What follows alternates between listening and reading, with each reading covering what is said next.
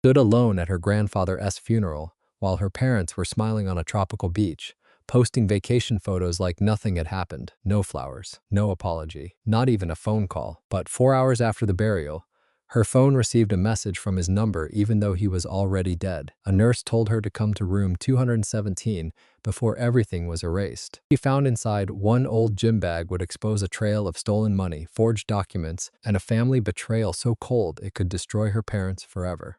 I am Sarah Miller, 28, standing alone at my Grandpa Henry's funeral. I watched my parents' vacation photos on my phone. They were drinking on a tropical beach, posting, enjoying life while we can. No calls, no flowers, not even an apology.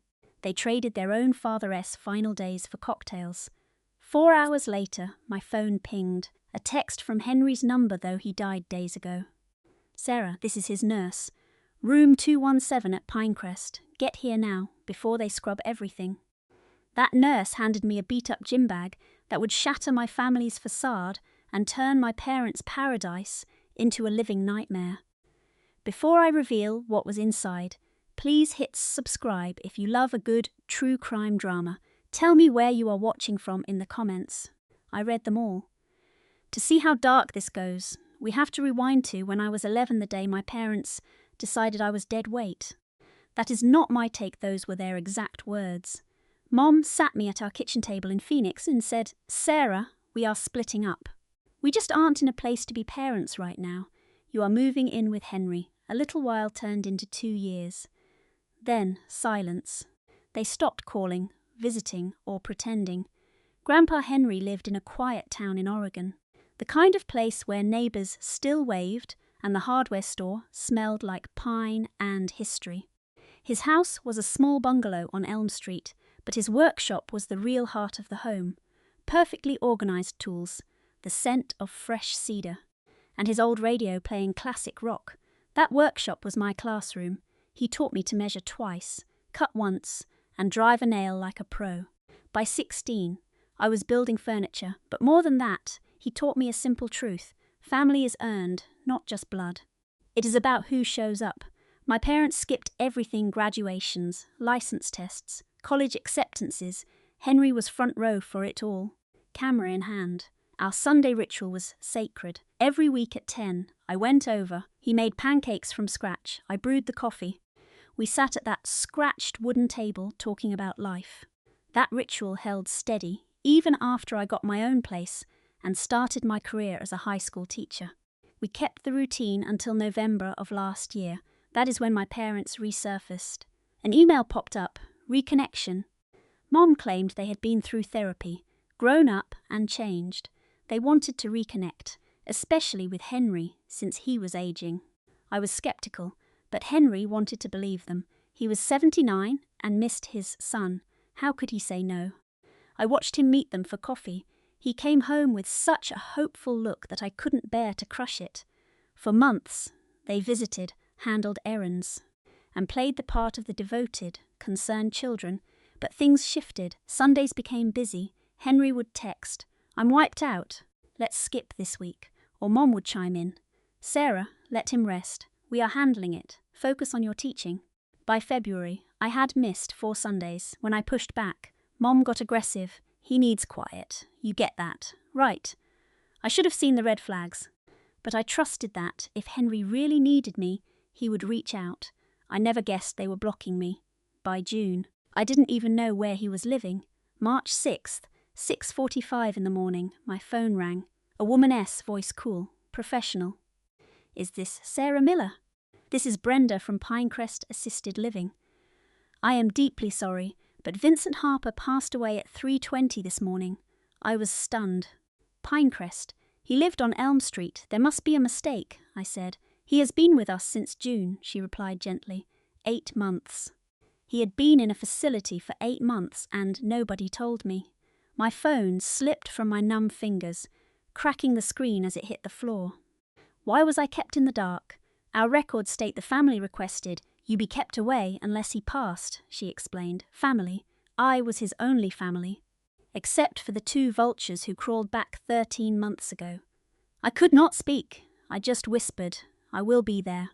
The next few hours were a blur of calls to the funeral home and work. My parents, voicemail, no texts, no replies. Finally, an email from Mom at 11, short and cold. Sarah, we are devastated. We are travelling and cannot make it back. The trip was booked months ago and is non-refundable. I read it again. No grief, no regret, just logistics and money. They were essentially saying their prepaid vacation was worth more than their father's funeral. I checked the dates. They booked their flight in February the same week. Henry was diagnosed with terminal lung cancer. They had planned their escape 3 days after learning he was dying. March 7th, 2 in the afternoon, a small, rainy chapel. I paid for the simplest casket myself, yellow tulips on top. 17 people showed up, neighbours, a few old co-workers, some church friends.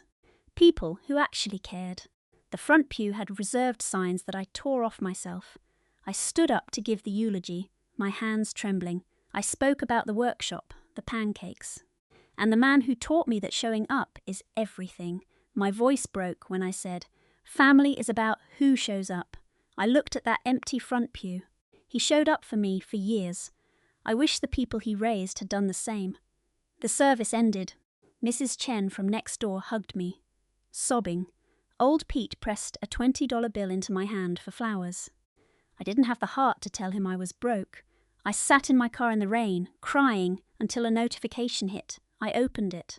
A photo of my parents on a sunny beach, drinks in hand, smiling wide. The caption read, enjoying life while we can, living our best life, no regrets. Posted at 2:15, 15 minutes into Grandpa's funeral. They knew the timing. I had emailed them the details. They posted on purpose.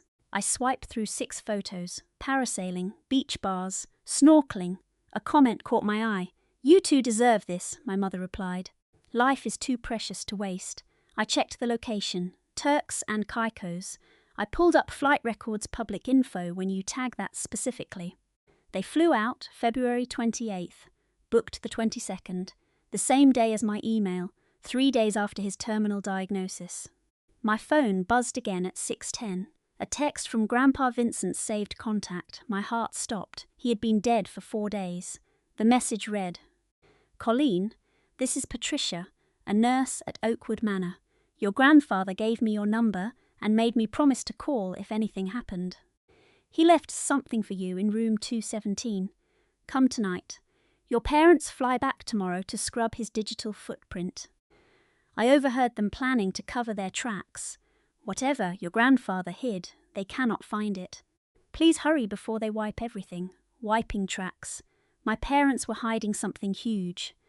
And Grandpa knew. I put the car in gear and punched the address into my GPS 15 minutes away. I had lived in this town forever and never heard of Oakwood. It was a 3-story brick building. The sign read, Oakwood Manor, Compassionate Senior Care. The lot was mostly empty. Visiting hours were closing. I walked through the sliding doors, the sharp scent of antiseptic mixed with dinner. Fluorescent lights flickered. A young receptionist looked up. Can I help you? I am here to see Patricia. She is expecting me. I am Colleen Anderson. Recognition clicked. You must be Colleen. Patricia said you would come. Room 217, second floor. The elevator was agonizingly slow. 1, 2, ding. The doors opened to blue walls and prints. Room 217 was at the end. The door stood open. A woman near 50 in scrubs waited by the window. She turned, Colleen. I nodded. I am Patricia. Her voice matched the text, warm but exhausted. She looked like she had been crying. I am so sorry about your grandfather. He was the kindest man.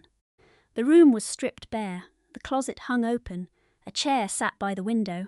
I pictured Grandpa sitting there, waiting. He talked about you every day. Patricia whispered. Every morning he asked if you had called, if you were finally coming. I was confused. Your parents told staff you were banned. What? They claimed you had mental health issues, that seeing you would upset him, and that a restraining order was coming. The director believed them. I believed them. Until 2 months ago when I found him crying. He held a photo of you, a young girl in a cap and gown. She pulled it from her pocket. My 8th grade graduation. Grandpa standing right there. Both of us grinning. I gave him that copy years ago. He kept it. He told me everything, Patricia continued. They told him you were too busy for him. Told you he needed rest, and blocked your number so he could never reach you. My throat tightened. I could not breathe. He made me promise to get this to you before your parents returned. She walked to a small closet and pulled out a worn olive canvas bag, an old army surplus tool bag. She placed it on the bed. He hid this under his pillow, made me swear no one else would see. He said you would know what to do. I reached for the bag, my hands shaking. Patricia touched my arm. One more thing. Your grandfather lived here 8 months. Your parents visited maybe 10 times. Always together, always for less than an hour. They brought papers for him to sign, bank forms, legal documents. He would ask me about them later. He did not understand, he would say. Why sell my house? Colleen loves that place. Or, why is my savings empty? She stared at me.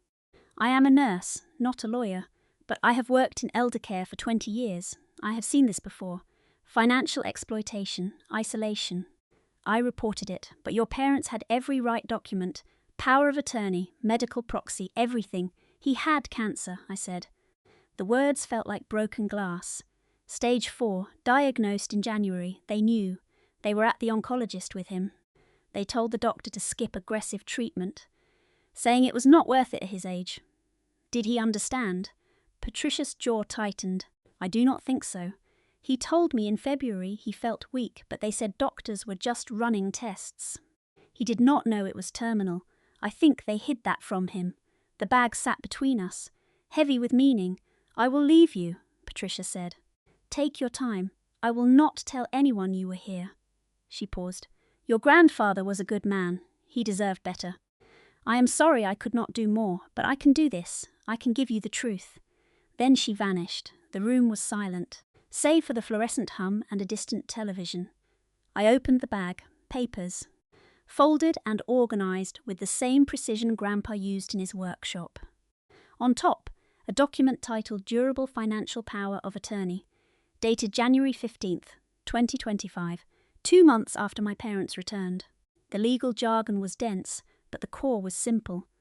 Vincent Harper grants full financial authority to Clayton and Rebecca Anderson. Clayton. My father, Rebecca, my mother. Grandpa's signature at the bottom was shaky, unlike his usual hand. I had seen him sign birthday cards and checks for years. This looked wrong, uncertain, like someone had guided his pen. In the margin, in red, was Grandpa's neat writing.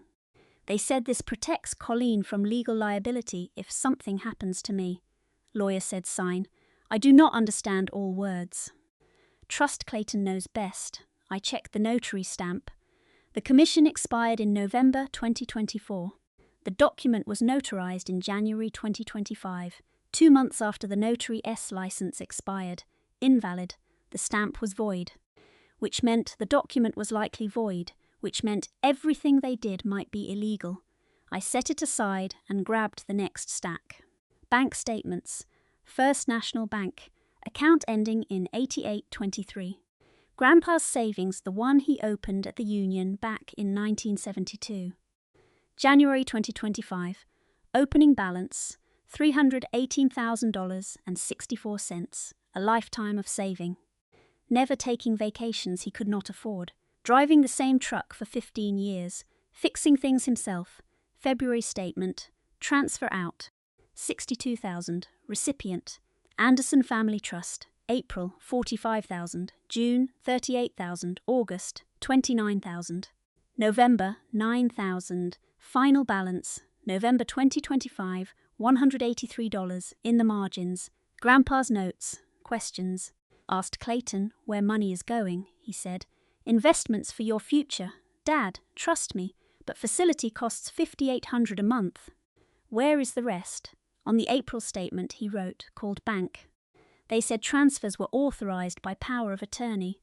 I do not remember authorizing, asked Rebecca. She cried. Said I am forgetting things. Getting confused. Maybe she is right.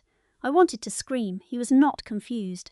They were gaslighting him, stealing his money while making him doubt his own mind. Clipped to the statements was a printout. Anderson Family Trust activity. I scanned the expenses. Credit card debt payoff, $156,000. New car, $68,000. Luxury trips, $38,000. Home renovations, $21,000. They drained his life savings to pay their debts, buy a car, and take vacations, while telling him it was for his care. Next document, a reverse mortgage. Property, 523 Oak Avenue. Loan amount, $185,000. Dated March 18th, 2025. Purpose stated on the application: medical expenses and home accessibility. Grandpa S. note in the margin. They said this pays for a wheelchair ramp and medical equipment. Why would I need a plan? Clayton called it preventive care. I signed bank papers. Confused and lost. Then I found it a loan acceleration notice dated June 30th, 2025. The borrower had vacated the property. Per the terms of the home equity mortgage, $185,000 was now due. He moved into the facility June 15th. 2 weeks later, the mortgage ballooned, forcing a house sale. Another document, a warranty deed from September 12th, 2025. 523 Oak Avenue, sold to Heartland Residential Properties for $285,000. Seller, Vincent Harper, via Clayton Anderson, using a power of attorney from January. Proceeds were $285,000 minus the mortgage debt. Nearly $100,000 vanished into the Anderson Family Trust. My childhood home, the workshop, where Grandpa taught me everything sold without him understanding, without me knowing. Attached to the deed, the registration for Heartland Residential Properties. The registered agent, Rebecca Anderson. The business address was my parents' home. They sold his house to their own shell company. 3 weeks later, they sold it again to a real buyer for $312,000. A $27,000 profit. They bled that house dry. The mortgage cash, the sale, the flip. I did the math on a statement. Total loss, nearly $500,000 in 10 months. Then I saw the beneficiary form for his pension, the retirement fund he earned from 43 years of labour as a union carpenter. Originally, it was me 100%. The new form from November 8th, 2025, named Rebecca Anderson instead. My name? Crossed out. Hers written in. Grandpa's signature looked shaky, uncertain. Underneath the form, a handwritten letter on notebook paper dated November 10th. Sweetheart, if you read this, I failed you. They said you were too busy for estate matters. They told me Rebecca was simpler. I signed. I'm sorry. I tried calling you, but the phone didn't work. They claimed you changed your number. I should have known better. I'm leaving this bag. It's all I have the truth. Don't let them win. I love you. The words were underlined 3 times. The pen had pressed so hard it tore the paper. I sat on that stripped bed and finally let myself break. Not the quiet crying from the car. This was the kind of grief that bends you double. Making sounds I didn't know existed, leaving me hollow when I caught my breath. I reached for the last item, a blue, spiral-bound journal, June 2025. I opened the first page. Day 1. They brought me to Riverside Meadows. They said it's better for me.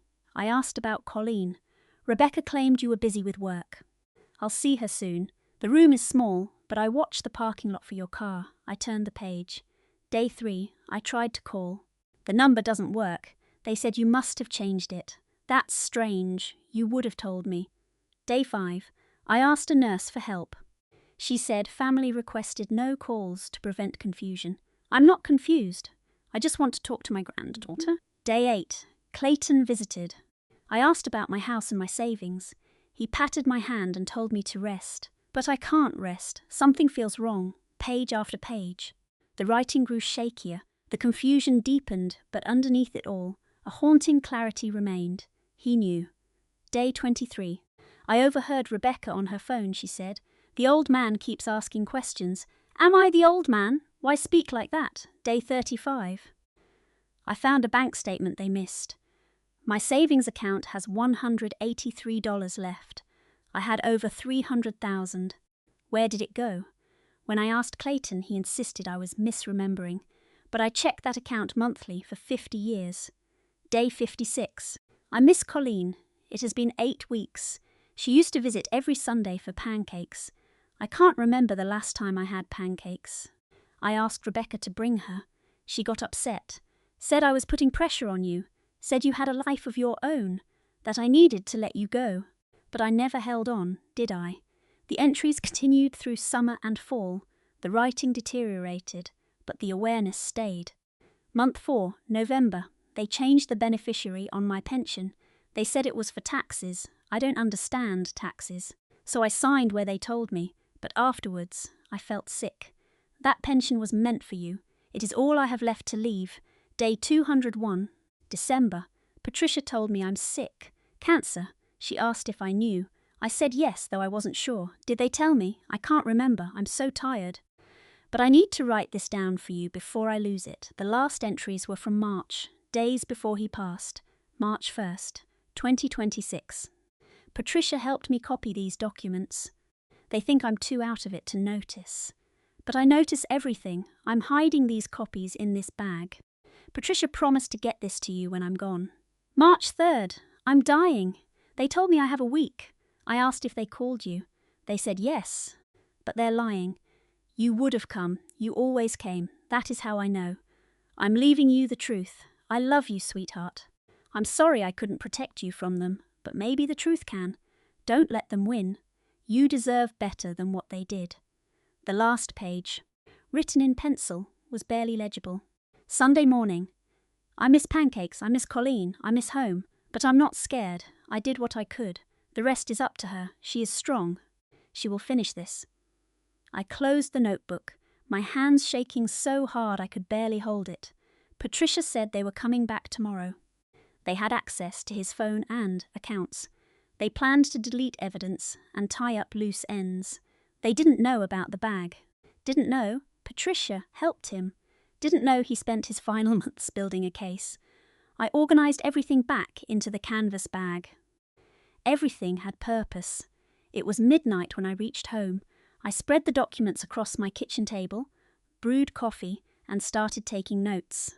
By 3 a.m, I had a timeline. By 7, I was searching for lawyers specialising in elder financial abuse.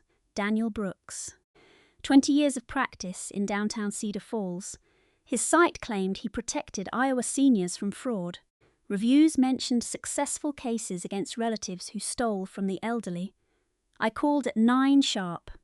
The receptionist said he was booked for weeks. I told her it was an emergency elder financial exploitation, a terminally ill victim who just passed. She put me on hold. 2 minutes later, she returned. Mr. Brooks can see you tomorrow at 10. Bring all documentation. I spent Sunday organising a spreadsheet, matching transfers, and highlighting patterns. Monday morning, I sat in Daniel Brooks's office with the bag. He was around 55, grey at the temples, wearing reading glasses. He listened without interrupting, taking notes. When I finished, he sat back. Ms. Anderson, in 20 years of elder law. I've seen many cases. This is one of the most thoroughly documented instances of financial exploitation I have ever encountered. He tapped the documents. Power of attorney obtained while your grandfather had diminished capacity. The notary commission expired. That alone might invalidate the whole document. Systematic transfers, reverse mortgage fraud, a house sold to a company they control. Beneficiary changes, isolation from the caregiver, you plus your grandfather's own journal providing direct testimony. He looked at me. You have 2 paths, civil and criminal. Civil means we sue to return the assets and void the power of attorney. Criminal means we go to the district attorney and pursue felony charges for elder exploitation. Can we do both? Yes, it happens often. The civil case brings restitution, while the criminal case brings justice. How much? My retainer for a case of this size is $15,000. That covers the basics. If we go to trial, costs climb, but I doubt it. The evidence is solid they will settle. I had $12,000 in savings. My entire emergency fund. I can pay $11,000 now, the rest in 2 months. He nodded. Agreed. Let me draft the agreement. I signed an hour later, sent the funds that afternoon. By Wednesday, Daniel had filed subpoenas for bank records. property deeds, and medical files from Riverside Meadows. The proof was mounting. Security footage from First National Bank. Dated February 18th. 2025, the day of the largest transfer. The tape showed my parents dragging my grandfather into the lobby. He looked lost, disoriented. Mom spoke to the teller while Dad hovered, hand on his elbow, practically steering him. When the teller asked for verification, Grandpa looked at Mom. She nodded. He nodded back. The transfer went through. Daniel hired a forensic handwriting expert. The signatures on the power of attorney and beneficiary forms were flagged. The report stated, signatures show clear signs of duress or mental decline. Subject appears guided or forced during signing. 85% probability the signatures were coerced. We got IP logs for the online transfers, 3, totaling 96,000. Trace back to my Mother S phone. Grandpa S, doctor. Dr. Helen Murphy left a statement in December when he first struggled with memory. She warned them, Vincent must not sign financial documents without independent legal counsel. She noted that warning in his chart. By January, when the power of attorney was signed, there was no counsel. No evaluation, just my parents and a shady lawyer connected to other elder abuse cases. By March 17th, Daniel had compiled a 467-page evidence file. This is the strongest case I have built in years, he said. We have motive, opportunity, and proof. Your grandfather essentially built the prosecution S case before he passed. What now? Now we decide. Should I take this to the district attorney? I pictured Grandpa in that room, waiting for me, writing in his journal, documenting their betrayal so I could fight them. Yes, go to the DA, Thursday, March 12th. I was teaching division to my 4th graders when my phone buzzed.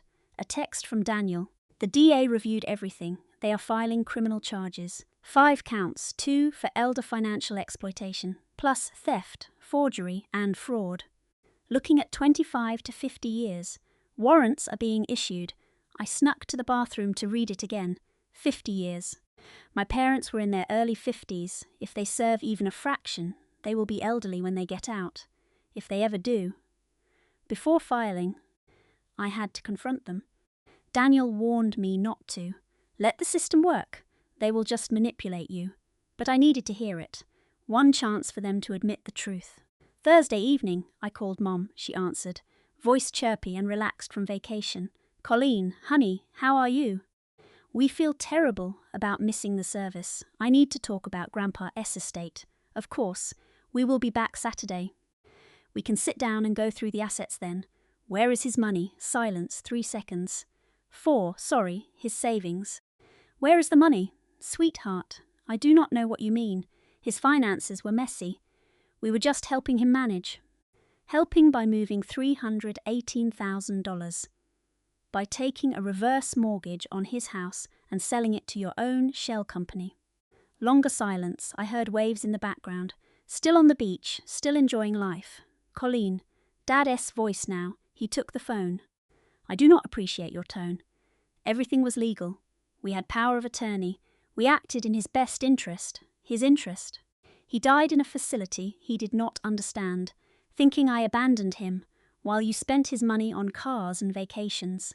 You have no idea what you are talking about. He was failing. We provided help.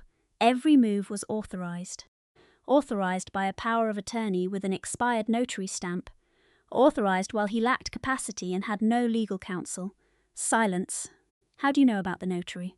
Mom S. voice. Sharp. Scared. I know everything. I have his statements, the deeds, the reverse mortgage. His journal detailing how you isolated him from me, how you lied, how you blocked my number on his phone. That is not true. We did not.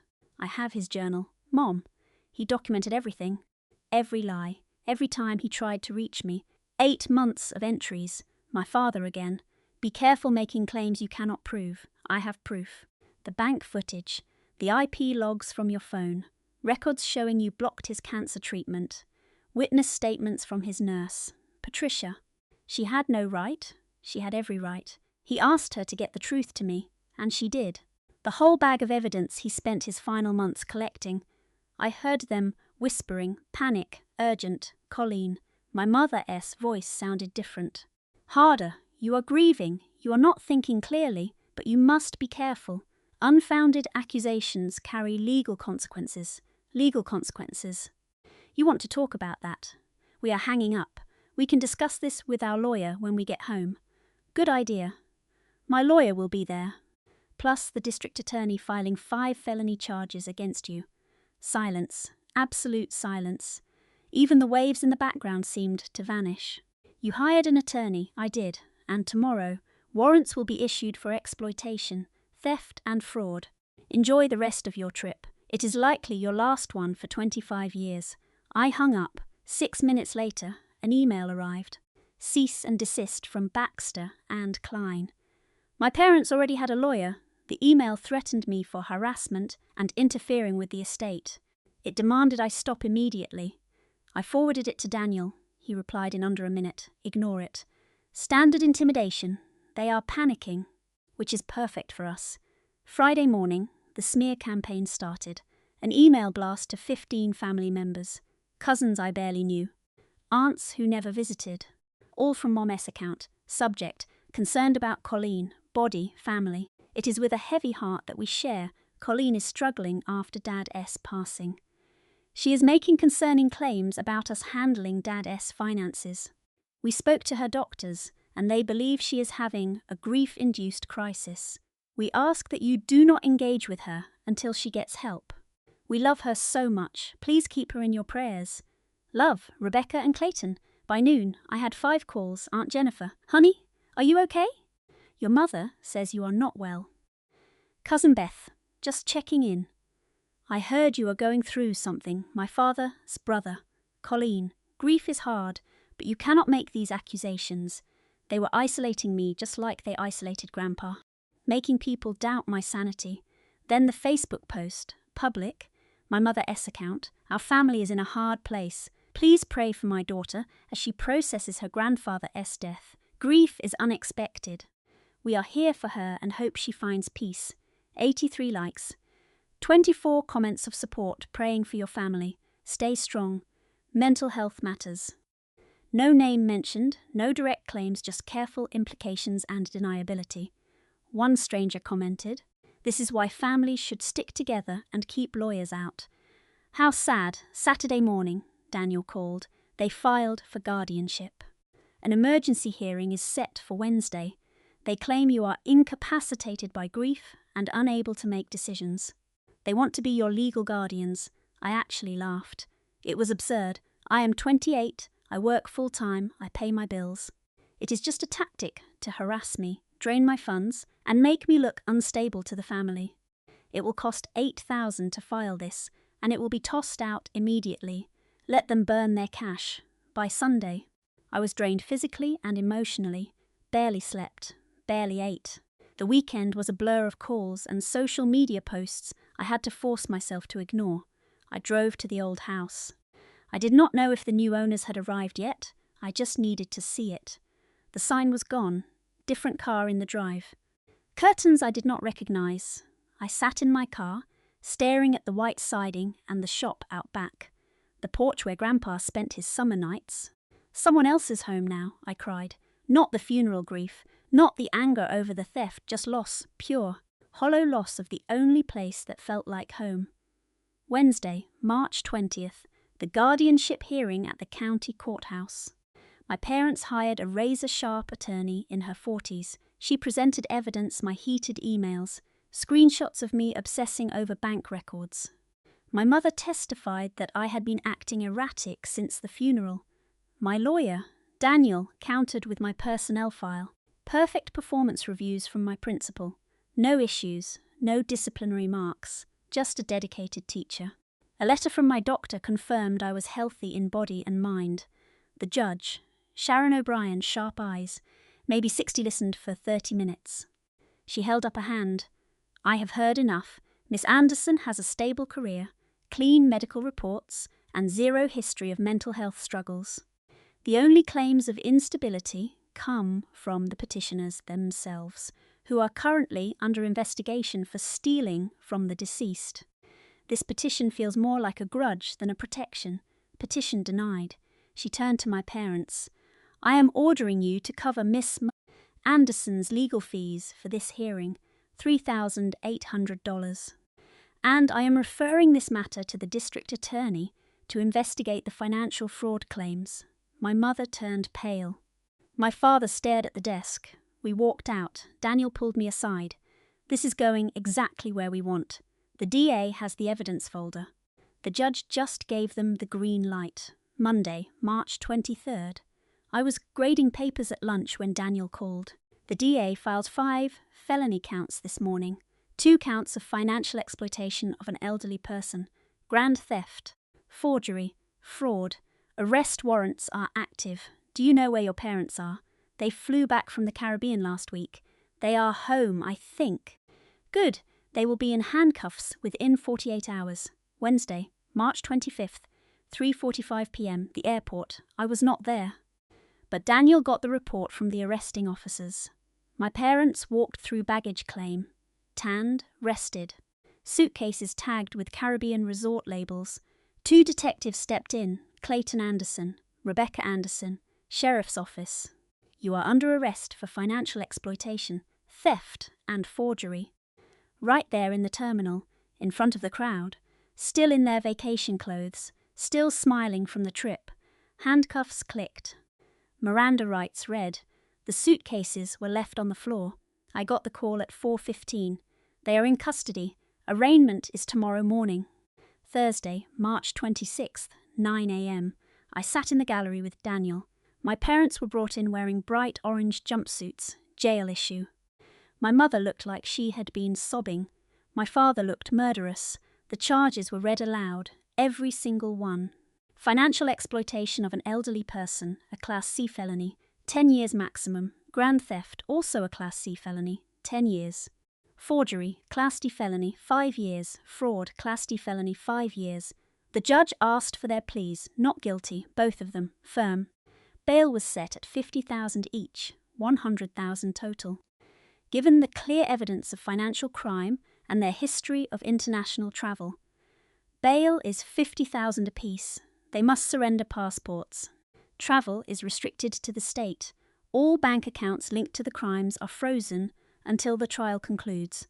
A total asset freeze. They could not touch a dime of what they stole, could not sell a thing. By 5 p.m. they had posted bail, used cash advances on credit cards. One of the few resources not frozen yet, free but trapped, waiting for trial. Friday, March 27th. The preliminary hearing is set for May 15th. If the judge finds probable cause, we go to trial by summer. They will try to plea bargain. Daniel said, the evidence is simply too strong to fight. Their attorney will talk to the DA soon. What kind of deal? Best case for them. Plead guilty to exploitation, drop the rest. Minimal time, but heavy fines and probation. Worst case, they go to trial, get 25 years, and lose everything. What do you think happens? Honestly, they take the deal, avoid prison, but pay back every cent. $465,000 plus interest and fees. They will be paying for the rest of their lives. Saturday, March 28th. I got a call from a lawyer in Cedar Falls, a Mrs. Walsh, Miss Anderson. I am calling about your grandfather's estate. He visited me last July. Said he needed to make arrangements that his family could not know about. He created a trust and a will. I was told to reach out after he passed. I met her that afternoon. She handed me a sealed envelope for me, written in Grandpa's handwriting. Inside was a will dated July 23rd, 2025, signed and witnessed by her and her assistant. I, Vincent Harper, sound of mind, hereby revoke all prior wills. I leave my entire estate to my granddaughter, Colleen Anderson. This includes the home at 523 Oak Avenue, all bank accounts, retirement funds, and insurance policies, everything, signed, notarized, and filed with the county. Your grandfather was clear, Mrs. Walsh explained. He told me his son and daughter-in-law were pressuring him to sign papers he did not understand. He wanted to ensure you inherited everything. They sold the house and drained the accounts, which makes this will vital. Every move they made was based on fraud. With this will and the criminal charges, we can unwind it all. The house sale, the transfers, all of it. It will take time, but it will be yours again. I held the will. Grandpa's signature was strong, clear, not shaky, deliberate. He knew back in July, 9 months before he died, that they were robbing him blind. He protected me the only way he could. Sunday, March 29th, 10 in the morning. I made pancakes, sat at my small table, and set an empty plate across from me. It was not his kitchen, but the ritual mattered. The remembering, I ate slowly, sipped coffee, and watched the empty chair. I did it! Grandpa! I whispered to the room. They are going to pay. Maybe not with jail time, but with their money, their reputation, and their peace of mind for the rest of their lives. The apartment was quiet, just me, the memory of pancakes, and a man who always showed up when it mattered. Monday, March 30th, Daniel called. The DA spoke with their lawyer. They are floating a plea, guilty to the 2 exploitation charges, drop the rest, 5 years probation, no prison, but $493,000 in restitution. The $465,000 they took, plus interest, legal fees, community service, and a permanent record. No prison time. It is their opening bid. The DA hasn't accepted. I think we can push for real time, but even without it, the restitution will ruin them. Nearly $500,000. Their wages will be garnished, their assets seized. They will be paying this back for 26 years. Let me think. I pictured Grandpa in that room, documenting everything, building a case not out of hate, but out of love. He wanted me to have the truth and justice, but mostly he wanted me to have peace. Tuesday, March 31st, 3 weeks and 1 day since he died. I stood in my classroom, looking at my students' artwork stick figures, crayon drawings, and messy handwriting that made me smile. Normal life teaching, grading, lesson planning, it was still here, still real.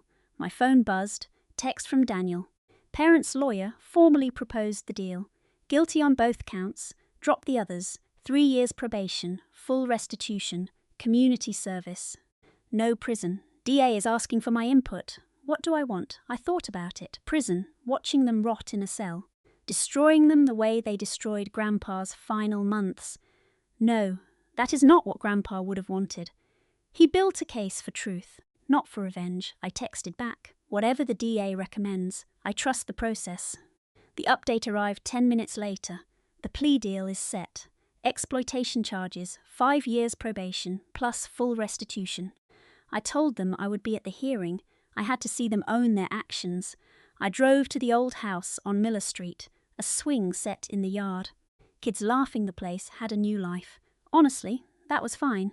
It felt right. I would get the money back, and the fraud would be undone. The house would be mine again, but I could not live there. Too many memories. Maybe a new family was better. Someone to use the workshop and keep the Sunday morning traditions. My phone buzzed. A text from an unknown number. It was Patricia from the care home. She heard the news. She said my grandfather would be proud. I saved her contact and replied, thanking her for keeping her word. I drove to the home. Heading straight to room 217. A new resident lived there now. I stood in the hall and whispered to the air. I finished it, Grandpa. They cannot hurt anyone else.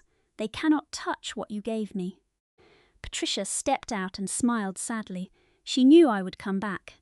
She told me he knew the truth wherever he was. We stood there, bonded by a man who fought for me until the end. He had trusted her with the truth.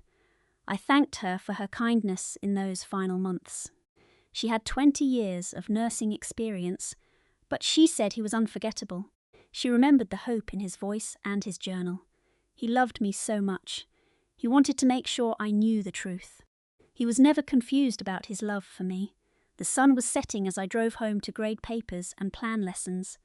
Life felt strange, yet okay. I read his final journal entry again. He was right, I finished it. The legal win was coming, but the real victory was knowing his love never wavered. He spent his final days waiting and fighting for me. They stole his wealth and his home, but never his voice. My name is Colleen. I am 28, 3 weeks ago. I buried him alone while my parents were on vacation. Today, they are facing ruin and criminal records. The money will take years to recover and the house is gone. But I have something they can never touch. I have the truth. My grandfather left me a roadmap. They thought they could silence an old man with memory issues, but they were dead wrong. He did not need to be strong or powerful. He just needed to be patient and leave a trail for someone who loved him. That trail led here to the end of March. 2026. Legal battles take time, but I am not sitting in that room anymore. I am holding his journal. Knowing we fought this together, this is not about revenge. It is about a love that persists even after death. They tried to erase our years together. They failed. Sunday morning, I will make pancakes again. I will sit at my table and remember, they took everything else, but they could not take this. Knowing I was loved for 17 years is worth more than $465,000. It is March 31st, 2026. The next chapter begins today. I am carrying Grandpa forward through my plans and the life I lead. This story ends with me choosing to move forward instead of letting their betrayal poison my future. They tried to bury the truth with him, but he buried them with it. I am still here, still teaching, still moving forward. That is a real victory. My name is Colleen, and I am proud of who I am. I show up, I keep my word. They taught me what a family should not be. But Grandpa taught me what it really means. I know which lesson I am keeping